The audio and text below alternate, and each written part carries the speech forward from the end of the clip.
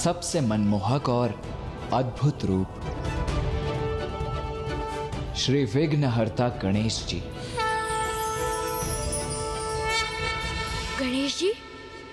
कौन है वो और वो कैसे दिखते हैं? अर्धनारीश्वर रूप में आदि शक्ति एवं महादेव प्रकट होते हैं, जो समस्त सृष्टि के कारक एवं कारण है। उनके इस रूप का अर्थ है ईश्वर ना तो मात्र स्त्री शक्ति है और ना ही मात्र पुरुष शक्ति, अपितु वो उनसे भी सर्वोच्च है, जिनका कोई लिंग या आकार नहीं होता, और उन्हीं निराकार परम ब्रह्म के स्वरूप है विघ्नहर्ता श्री गणेश। गणेश जी के नेत्रों में अद्भुत चमक है, उनके मस्तक पर शुभ्र कांति है और उनकी अति सुंदर सूंड भी है। उनका रूप, उनका सौंदर्य मनमोहक, अतुलनीय है। गणेश प्रथम पूज्य देव हैं, जिसका अर्थ है किसी भी पूजा में सर्वप्रथम उनकी ही पूजा होगी। वो बुद्धि के देवता हैं और देवताओं के रक्षक भी। वो सहज भक्ति भाव से ही प्रसन्न भी हो जाते हैं। प्रथम पूज्य होने के पश्चात भी वो बहुत ही नटखट भी हैं। वास्तव में वो तो एक बालक ही है। गुरुवर, मैं भी गणेश जी को देखना चाहता हूँ, उनके दर्शन करने को इच्छुक हूँ। अवश्य पुत्र। गणेश जी के दर्शन हेतु तुम्हें उनके मंत्र का उच्चारण करना होगा, और उनके मंत्र का उच्चारण तुम तब तक नहीं कर सकोगे जब तक तुम उसके प्रत्येक अक्षर में डूब नहीं जाओगे। मैं करूंगा जाप, अपनी पूरी निष्ठा और भक्ति से। उचित है। ओम गं गणपतये नमः। ओम गणपते नमः। ओम गं गणपतये नमः। ओम गणपते नमः। ओम गणपते नमः। ओम गणपते नमः। असुर महाराज ज्ञानारी की, असुर महाराज ज्ञानारी की।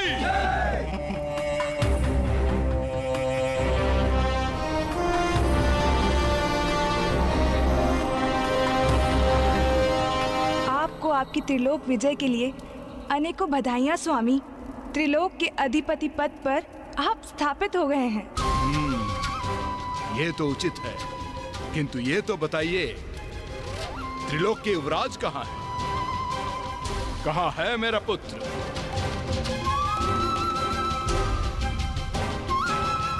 आपको ज्ञात है स्वामी, सुबोध को एक नवीन गुरु प्राप्त हुए हैं। जब से उन्होंने उसे शिक्षा देना आरंभ किया है, कितने परिवर्तन आ गए हैं उसमें।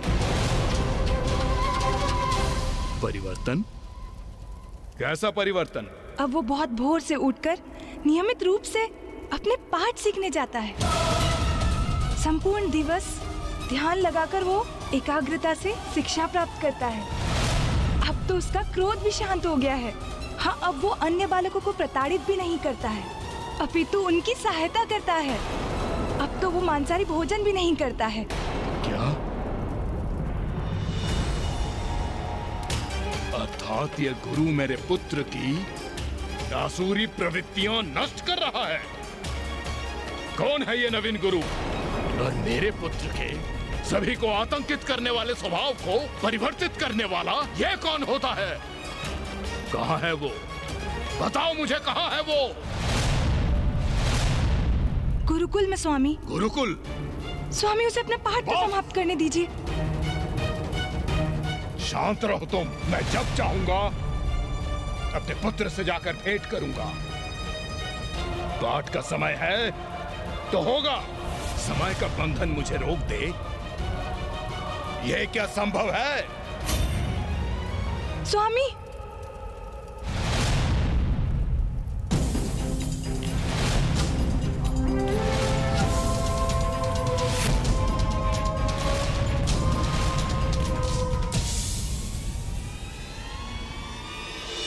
ज्ञानारी अब भैया से भेंट करने जा रहा है।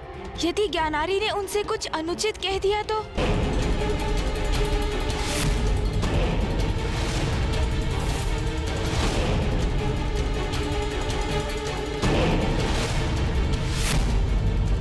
इतना दुस्साहस कैसे किया तुमने? ज्ञानरी के पुत्र को इस प्रकार धरती पे बिठाने का दुस्साहस कैसे किया?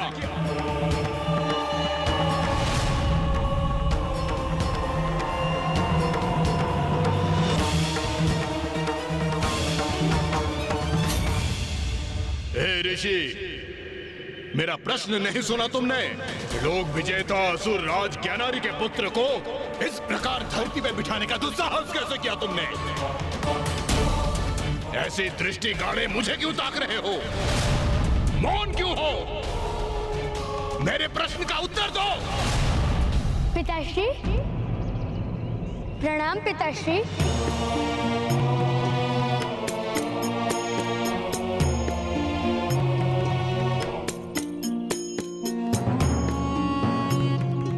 मेरा दंभी और आसुरी प्रवृत्ति युक्त पुत्र स्वयं आगे बढ़कर मेरे चरण स्पर्श कर रहा है। दकिनी उचित कहती है, परिवर्तन तो बहुत है इसमें। मुझे क्षमा कीजिए पिताश्री, मैं अपने ध्यान में इतना गहरा डूब गया था कि आपके आगमन का ज्ञात ही नहीं हुआ मुझे। पुत्र सुबोध, तुम्हें क्षमा याचना करने अथवा मेरे चरण स्पर्श करने की कोई आवश्यकता नहीं है। आओ, अपने पिता के वक्ष से लग जाओ। पिताश्री, ये गुरु स्कंद है और इन्होंने मुझे सिखाया है जो सुख पुत्र को अपने पिता के चरण स्पर्श करके प्राप्त होता है वो सुख अतुलनीय है। और आज आपकी चरण रज अपने मस्तक पर धारण कर मुझे उसी सुख का अनुभव हुआ है पिताश्री। मैं कृतार्थ हो गया। उचित है, इस गुरु का प्रभाव तो मेरे पुत्र पर उचित ही है। पिता पूजनीय है, इसे ये सिखाकर पिता अर्थात मेरे प्रति पूर्ण भक्ति का भाव जागृत कर रहा है ये मेरे पुत्र में। अच्छा, और क्या सिखाया है ये तुम्हारे नवीन गुरु ने? भक्ति के अति सुंदर सुमधुर अनुभव का ज्ञान दिया है इन्होंने मुझे। भक्ति? किसकी भक्ति? ईश्वर की भक्ति। और कौन है तुम्हारा ईश्वर? वही ईश्वर पिताश्री जो सर्वत्र है, सर्वस्व है, सब में है, सब कुछ है, आप हैं। वाह वाह, उत्तम, अति उत्तम पुत्र। मुझे प्रसन्नता है कि तुम मेरे पुत्र को उचित ज्ञान प्रदान कर रहे हो। मैं तो मात्र एक माध्यम हूं पुत्र सुबोध को सत्य की दिशा में अग्रसर करने का। पुत्र, क्या तुम अपने ईश्वर के प्रत्यक्ष दर्शन करना चाहोगे? पिताश्री, क्या मुझे गणेश जी के दर्शन करवाने जा रहे हैं? उनके दर्शन कर तो मुझे अत्यंत आनंद आएगा। अवश्य पिताश्री। आओ, तो फिर विलंब किस बात की? चलो मेरे साथ। जाओ वत्स। उन 4 शब्दों का मंत्र तुम्हें प्रदान कर मैंने तुम्हें समस्त सृष्टि का ज्ञान दिया है। अब मेरे उस पाठ का सदा स्मरण रखना, तो कोई भी कठिनाई तुम्हें स्पर्श तक नहीं कर पाएगी, क्योंकि अब ईश्वर सदैव तुम्हारे साथ है। हाँ हाँ, वो तो है। ईश्वर सदैव सुबोध के साथ है।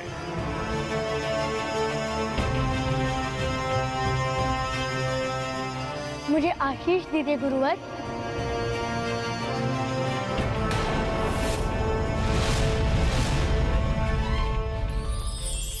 आयुष्मान भव पुत्र। मेरा पुत्र किसी अन्य के समक्ष झुके, ये असहनीय है मेरे लिए। चलो पुत्र, मैं आज अति गौरवान्वित अनुभव कर रहा हूँ, क्योंकि मेरा पुत्र अब मुझे ईश्वर तुल्य समझने लगा है।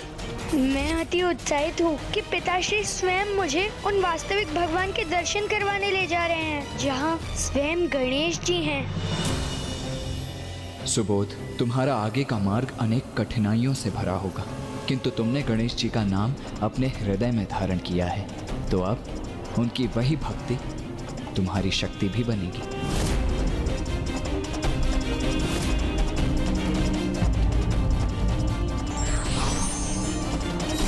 सच्चा गुरु ही हमें सदैव ईश्वर की भक्ति और सत्य का मार्ग बता सकते हैं। मैंने आप दोनों गुरुओं को बहुत कष्ट पहुंचाया है, किंतु फिर भी आपने मुझे आयु, समृद्धि और संपन्नता का आशीष दिया। मैं कृतार्थ हूँ। मुझे आपके प्रति अपने दुष्ट आचरण के लिए क्षमा कीजिए गुरुवर। मेरा पुत्र इतना विनम्र भी हो सकता है? विश्वास नहीं होता। ये तो अवश्य इन नवीन गुरुदेव का ही प्रभाव है। तुमने क्षमा याचना की है पुत्र। अपने भूल का आभास होने पर ही उसके सुधार का आरंभ होता है। मेरा ये वचन सदा स्मरण रखना युवराज सुबोध। ईश्वर को ढूंढना ही हमारा सर्वोच्च धर्म है। आज के बाद जो भी करोगे उसमें सदा एक ही उद्देश्य निहित होना चाहिए कि ईश्वर के निकट पहुंचने का मार्ग सुनिश्चित करना। प्रणाम।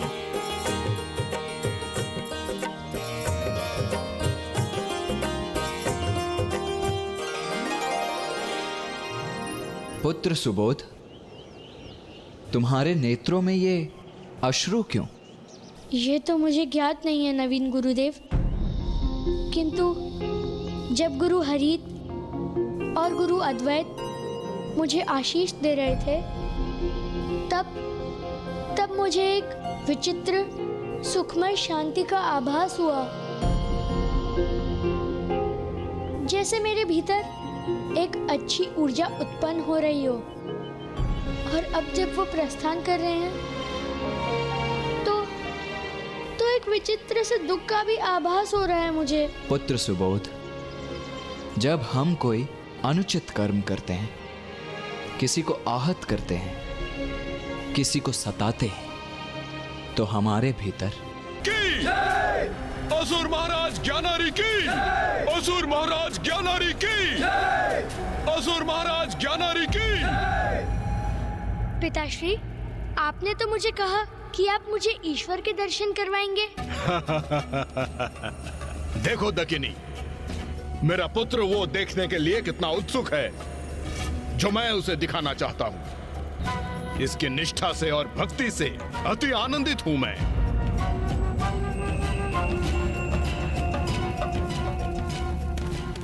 आओ पुत्र।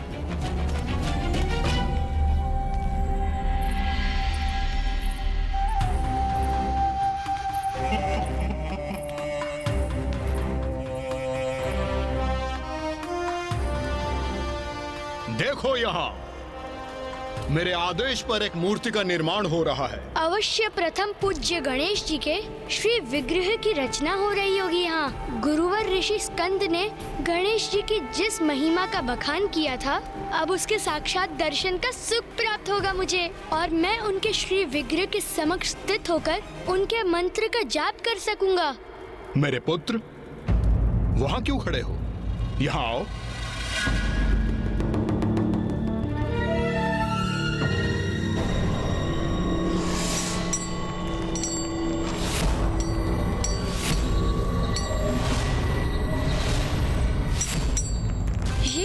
ये क्या है?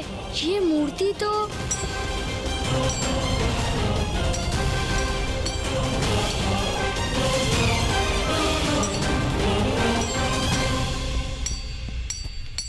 कहो पुत्र, क्या विचार है तुम्हारा? अपने ईश्वर की मूर्ति भाई तुम्हें? ईश्वर? किंतु ये तो ईश्वर नहीं है।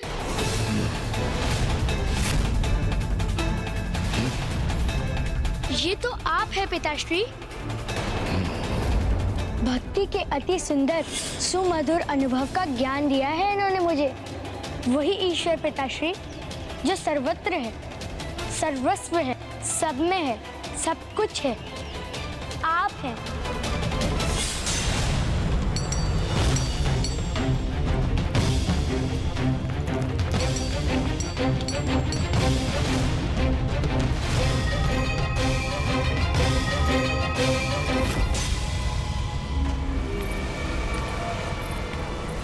मैं ही तो हूँ ईश्वर। तुम्हारे गुरु ने भी तुम्हें नहीं बताया कि मैं कैलाश, ब्रह्मलोक, वैकुंठ, स्वर्गलोक सब पर विजय प्राप्त कर त्रिलोक का एकमात्र स्वामी हूँ। मैं ही एकमात्र ईश्वर हूँ और अब सब मेरी ही पूजा करेंगे, मेरा ही नाम जपेंगे। नमो ज्ञानार्य नमः।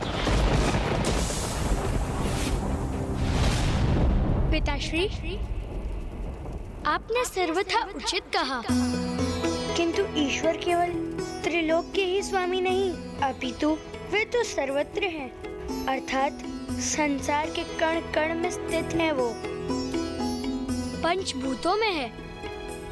वो ईश्वर जो आप में और मुझ में समाहित है, वो ईश्वर आप नहीं है पिताश्री। वो तो मेरे प्रभु परम ब्रह्म गणेश जी हैं।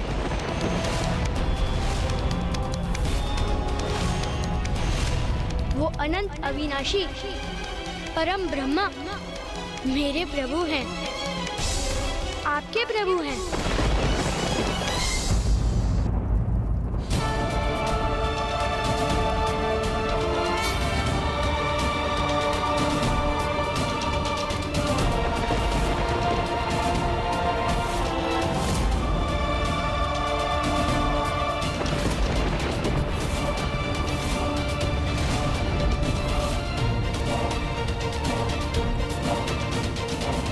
मेरा पुत्र गणेश को अपना ईश्वर बुला रहा है।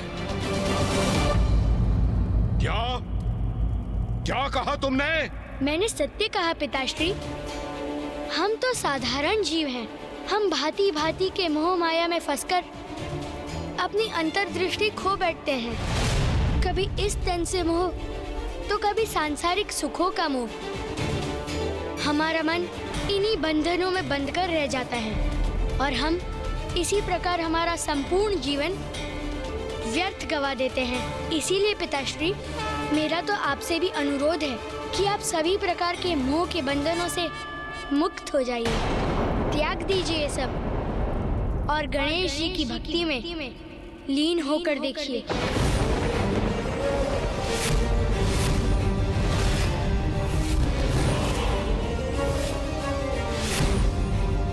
पिताश्री, आप भी गणेश जी का नाम जपिए तो आपको भी उसी सुख और शांति का अनुभव होगा जो मुझे हो रहा है। ओम गण गणपते नमः। ओम गण गणपते नमः। ओम गण गणपते नमः। ओम गण गणपते नमः। सुबोध!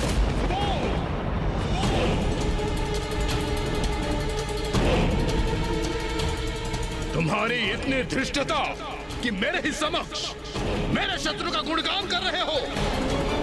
तुम्हें क्या थी क्या उस गणेश के विषय में? मेरे पिता, तुम्हारे पितामह असुरराज दुर्बुद्धि का वधिक है, ज्ञात है? किंतु पिताश्री, गणेश जी तो किसी के भी शत्रु नहीं। जब उनके भक्तों से भी कोई भूल हो जाती है तो वो उन्हें उचित मार्ग पर आने का अवसर प्रदान करते हैं। वो तो मात्र उन्हें ही दंड देते हैं जो सभी सीमाओं का उल्लंघन कर धन के पद से इतना भटक जाता है कि उनका सुपथ पर लौटना ही असंभव हो जाता है। पिताश्री, जब गणेश जी के द्वारा पितामह का अंत हुआ तो उसके साथ साथ उनके सारे पाप भी मिट गए। इसीलिए पिताश्री, गणेश जी ने उनका वध कर उन पर कृपा ही की है। वो गुरु उस दुष्ट ने ही मेरे पुत्र की मति भ्रष्ट की है। ये सब उस गणेश का ही छल है। मेरे ही निवास में प्रवेश कर मेरे एकमात्र पुत्र की बुद्धि दूषित की है। उस गुरु को मेरे निकट लाओ, अब मैं उसका वध करूंगा।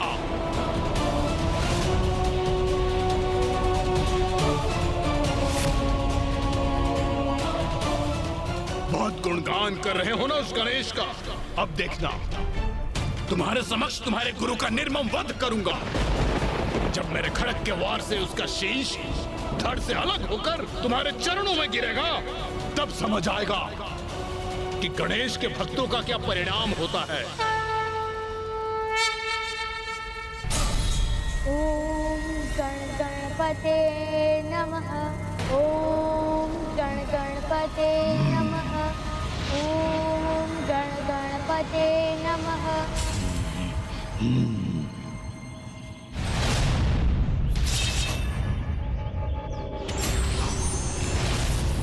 हे ऋषि, हे ढोंगी ऋषि, सुना नहीं तुमने?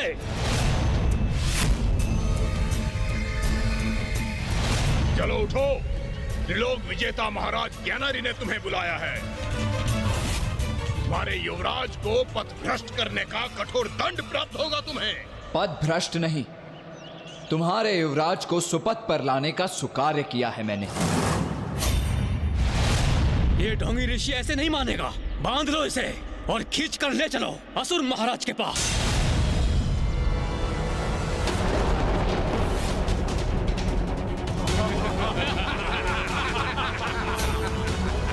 क्यों? अब भय से नेत्र खुल गए तुम्हारे? नेत्र तो अब तुम्हारे खुलने जा रहे हैं असुर सैनिकों। पकड़ो इसे, घेर लो और बांध लो इसे।